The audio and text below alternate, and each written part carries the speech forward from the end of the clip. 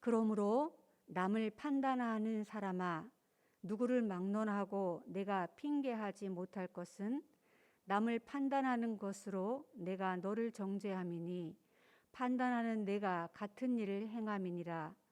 이런 일을 행하는 자에게 하나님의 심판이 진리대로 되는 줄 우리가 아노라.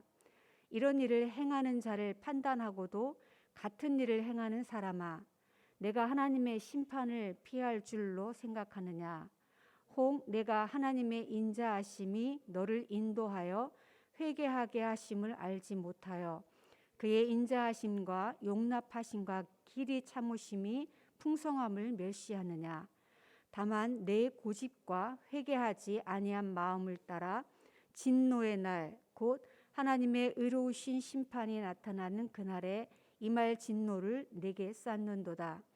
하나님께서 각 사람에게 그 행한 대로 보응하시되 참고 선을 행하여 영광과 존귀와 썩지 아니함을 구하는 자에게는 영생으로 하시고 오직 당을 지어 진리를 따르지 아니하고 불의를 따르는 자에게는 진노와 분노로 하시리라. 악을 행하는 각 사람의 영에는 환난과 공고가 있으리니 먼저는 유대인에게요 그리고 헬라인에게며 선을 행하는 각 사람에게는 영광과 존귀와 평강이 있으리니 먼저는 유대인에게요 그리고 헬라인에게라. 이는 하나님께서 외모로 사람을 취하지 아니하심이라. 무릇 율법 없이 범죄한 자는 또한 율법 없이 망하고 무릇 율법이 있고 범죄한 자는 율법으로 말미암아 심판을 받으리라.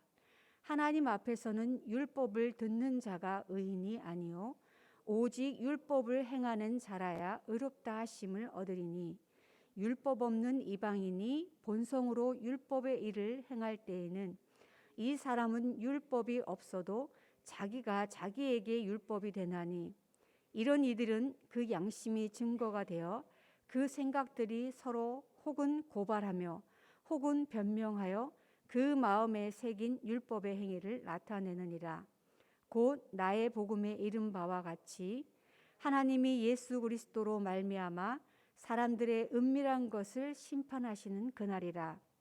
유대인이라 불리는 내가 율법을 의지하며 하나님을 자랑하며 율법의 교훈을 받아 하나님의 뜻을 알고 지극히 선한 것을 분간하며 맹인의 길을 인도하는 자요 어둠에 있는 자의 빛이요 율법에 있는 지식과 진리의 모본을 가진 자로서 어리석은 자의 교사요 어린 아이의 선생이라고 스스로 믿으니 그러면 다른 사람을 가르치는 내가 내 자신은 가르치지 아니하느냐?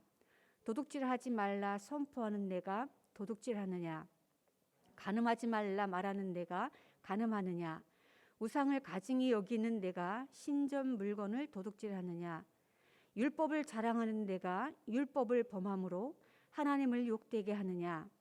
기록된 바와 같이 하나님의 이름이 너희 때문에 이방인 중에서 모독을 받는도다.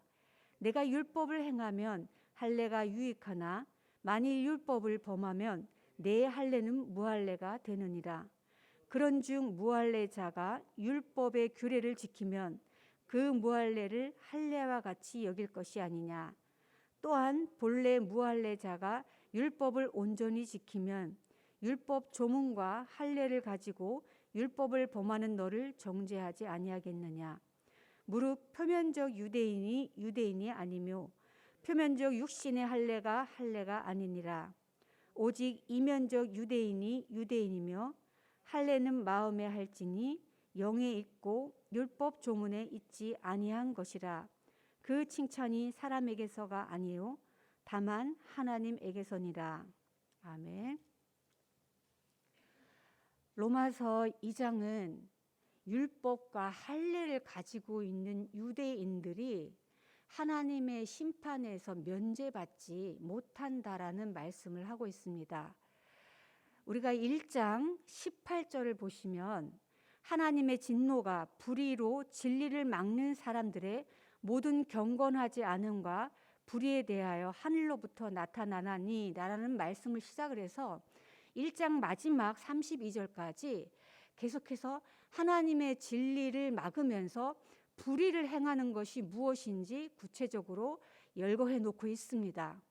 그런데 이 하나님의 진노가 이방인들에게서 나타나는 그런 동성애나 여러 가지 성적인 타락의 문제뿐만이 아니고 이방인 외에도 유대인들이 우리가 지금 하나님의 심판에서 면제돼서 안전하다고 생각하는 근거인 이 율법과 할례를 가지고 있는 것이 하나님의 말씀을 행하지 않으면 무익하다는 것을 지금 설명을 하고 있습니다.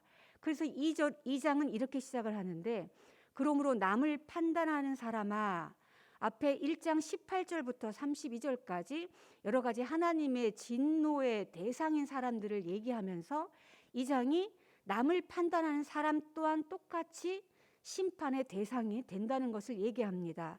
왜냐하면 그 남을 판단하는 근거에 율법이 있는데 그 율법으로 남을 판단하지만 실제로 자신도 그것을 행하지 않는다는 것입니다. 그래서 행함이 없이 율법만 가지고 있는 것은 동일하게 이방인들처럼 심판의 대상이 된다는 것을 얘기하면서 계속해서 2절에서 하나님의 심판이 우리 가운데 이렇게 있게 될 것을 유대인들에게 지금 말하고 있는 것입니다. 바울도 유대인이고 이 기록된 말씀을 서신을 받는 사람들도 비록 흩어져 있지만 유대인으로서 많은 사람들에게 자신들이 자랑하고 있는 이 부분, 율법을 가지고 있지만 사실은 16절에 보면 나의 복음에 이른 바와 같이 하나님이 예수 그리스도로 말미암아 사람들의 은밀한 것을 심판하시는 그 날이라는 이 진노의 날, 하나님의 심판의 날, 이 진노가 1장 18절부터 계속 시작해서 어떤 대상에게 하나님의 진노가 임하는지 저에게 설명을 했는데, 결국 이 하나님의 진노는 마지막 심판날에 있을 것입니다. 그 심판날이 어떤 날이냐 하면 사람들의 은밀한 것을 심판하시는 날이라고 2장 16절에 얘기를 하는데, 사람들의 은밀한 것은 지금 2장 하반 부분에 보면 할례가 나오는데 거기에 표면적인 할례가 있고 이면적인 할례가 나옵니다. 그 이면적인 할례라고 말할 때에 이면, 우리 마음 중심에 보이지 않는 영역이죠. 이면이라는 것이 표면과 반대가 됩니다. 그런데 이 표면과 반대가 되는 이면이 동일하게 은밀한 것들하고 동일한 원어에서 나온 말입니다. 그래서 사람들이 밖으로 볼 때는 나는 율법을 지금 행하고 있어 라고 생각하지만 네 마음의 은밀한 곳, 감추어진 곳, 마음에서 우러나서 성령에 의해서 네가 행하는 것이 아닌 그런 율법의 행함들, 그런 것들은 심판의 대상이 된다는 것입니다. 우리가 주일을 성수하고 11조를 드리고 하나님 앞에 새벽부터 나와서 기도를 하지만 그 마음의 동기가 성령으로 인해서 유발된 것이 아니고 내가 이것을 율법적으로 행해야지만 하지라고 생각을 해서 내가 주일날 교회에 와서 예배 자리에 앉아 있고 진정으로 성령으로 예배에 참여하지 않는다면 이 또한 하나님께서 너희들도 심판날 내가 심판하겠다는 말씀입니다. 율법적으로 우리가 이 율법을 행해서는 아무도 하나님의 심판에서 제외될 수가 없다는 것입니다. 율법으로는 6절과 7절을 한번 보실까요? 하나님께서 각 사람에게 그 행한 대로 보응하시되, 각 사람에게 행한 대로 보응하시는데 율법의 행함이 아닙니다. 율법을 온전히 행할 수 있는 사람은 아무도 없습니다. 그래서 행한 대로 보응하시되, 이 말씀은 율법으로는 하나님께서 어느 누구도 완전한 사람이 없기 때문에 그 밑에 7절에 보시면 참고 선을 행하여 영광과 존귀와 썩지 아니함을 구하는 자에게는 영생으로 하시고, 율법대로 행해서 하나님 앞에 의롭다 함을 받을 사람은 없습니다. 그래서 각 사람이 그 행한 대로 보응을 하시는데 이 행함에 대해서는 밑에 선을 행하는 것과 9절에 악을 행하는 것 두 종류가 나옵니다. 우리는 행한 대로 보응을 받습니다. 그런데 그 행함에 두 종류가 있다고 지금 7절과 9절에 선을 행하는 것은 바로 하나님의 영광과 존귀와 썩지 아니함을 구하는 것이 선을 행함입니다. 우리가 율법의 그 각항을 행할 때 그것을 근거로 하는 것이 아니고 선을 행한다는 것은 하나님의 영광, 하나님의 존귀, 하나님의 썩지 아니함을 우리가 구하는 것이 선이라는 것. 그것을 하나님께서 보시고 우리에게 영생을 주시는 것이지 율법 조항을 행하는 것은 우리가 당연히 하나님의 성령의 열매로 행하는 것을 말합니다. 반대로 악을 행하는 것을 9절에 한번 보실까요? 악을 행하는 각 사람의 영에는 환난과 공고가 있으리니 먼저는 유대인에게요 그리고 헬라인에게다. 앞에 1장에서 헬라인 이방인처럼 보이는 사람에게 하나님의 진노가 임할 것처럼 말씀을 했습니다. 그러나 유대인이 먼저 악을 행하는 사람에게 임할 이 환난과 공고에 대한 대상으로 우리에게 주어지는 것은 이방인뿐만이 아니고 너희가 그렇게 이방인에게 갖다 대는 잣대 그 판단이 동일하게 너희에게도 유대인 너희에게도 판단의 근거가 된다는 것입니다. 그래서 하나님은 우리의 은밀한 것을 마지막 날에 심판하시겠다고 하십니다. 두 번째 단락을 보시면 할례에 대한 말씀인데요. 간략하게 우리가 다 알다시피 할례는 마음의 할례와 표면적으로 받게 하는 할례가 있습니다. 우리 이 할례는 처음에 아브라함에게서 근원이 되죠. 아브라함이 했던 그 할례는 우리가 다 아는 것처럼 믿음으로 먼저 하나님께서 의인이라 칭해 주시고 난 이후에 믿음으로 의인이 됐다는 표징으로 우리가 할례를 했다고 분명히 아브라함을 통해서 우리가 배웠습니다. 그런데 유대인들은 아브라함이 자신들의 조상이기 때문에 그 아브라함과 동일하게 할례를 행함으로 자신들이 하나님의 백성으로 안전하다, 심판의 대상에서 면제가 되었다라고 생각하고 있습니다. 그런데 지금 바울이 복음을 전할 때에 표면적으로 그렇게 할례를 행하는 것이 유대인이 아니다, 혈통적으로 절대 안전할 수 없다라고 말씀을 하면서 29절을 한번 보겠습니다. 오직 이면적 유대인이 유대인이며 할례는 마음에 할지니 영에 있고 율법 조문에 있지 아니한 것이라. 이면적 유대인이 유대인이다라는 말은 아브라함으로부터 혈통적으로 이어져 내려왔고 아브라함처럼 할례를 행한다고 전부 유대인이 아니라는 것입니다. 이면은 감추어진 은밀한 것입니다. 그래서 보이지 않는 영역입니다. 그것을 마음이라고 지금 설명을 했는데 마음의 할례를 하라고 하는데 우리의 마음에 어떻게 그 표피를 벗겨낼 수가 있겠습니까? 고대 근동에서는 언약을 맺을 때에 사람과 사람 사이에도 사인을 할 수가 없었습니다. 그 당시에는 사인이 없었고 이렇게 동물을 쪼갠다거나 이렇게 해서 그 사이에 지나가면 우리가 언약을 지키지 않을 때에 반드시 이렇게 죽음으로 저주가 임할 것이라는 그런 말씀을 우리가 배웠습니다. 그런데 할례 또한 언약의 표징입니다. 이 말씀은 뭐냐 하면 표피를 벗겨서 던지죠. 그러면 이 언약을 지금 맺었는데 언약을 지키지 않으면 언약 밖으로 던지겠다는 것입니다. 이것이 표징입니다. 우리가 하나님의 말씀을 순종하지 않으면 하나님께서 이 할례처럼 벗겨서 던지겠다는 것이 이것이 우리에게 자랑이 돼야 되는 것인데 이 사람들은 그저 겉으로 우리가 표면적으로 할례를 했기 때문에 안전하다. 그러나 오늘 마음에 해야 되는데 이 마음의 할례는 영에 있고 이 영에 있고는 성령입니다. 그래서 이 마음의 할례는 오직 성령으로 도구가 됩니다. 수단이 됩니다. 성령으로 마음의 할례를 할 수 있습니다. 일반적인 표면적인 할례는 부싯돌을 갈아서 했겠죠. 그리고 발전하면서 칼로 했겠죠.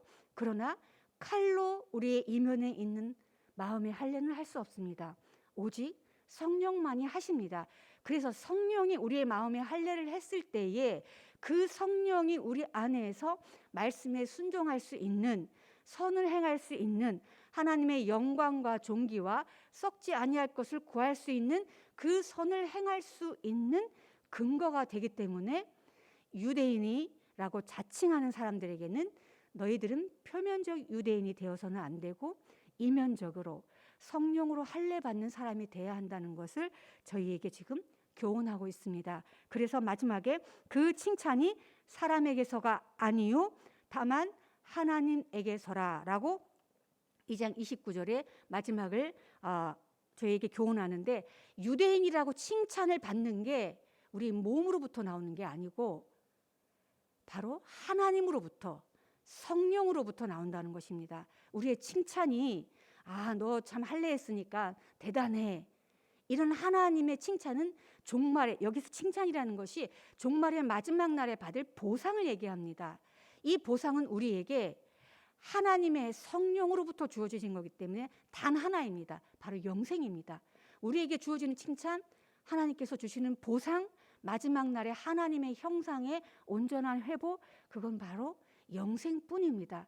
우리가 자칫 금은보화로 하나님 나라에서 우리의 집이 있겠거니, 그것이 우리의 상급이겠거니 라고 생각을 한다면, 그 금은보화로 만들어진 그 하나님의 나라는 얼마나 우리의 영광이 하나님의 그 형상처럼 찬란하고 보배로울 것인 거에 대해서 그림으로 보여주는 것입니다. 그래서 오늘 우리에게 하나님의 말씀에 순종하는 사람들이 어쩌면 우리 마음속에 감추어진 이곳에서 우러나와서 성령으로 순종하는 것이 아니고 내 행위로 사람들에게 보여주는 이것으로 구원을 받았다고 안전하게 그렇게 있다면 조금 경각심을 갖게 하는 말씀이 아닐까라는 생각을 해봅니다.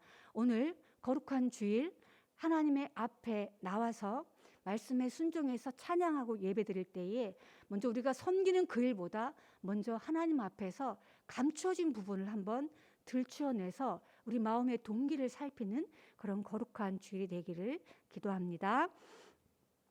하나님 감사합니다.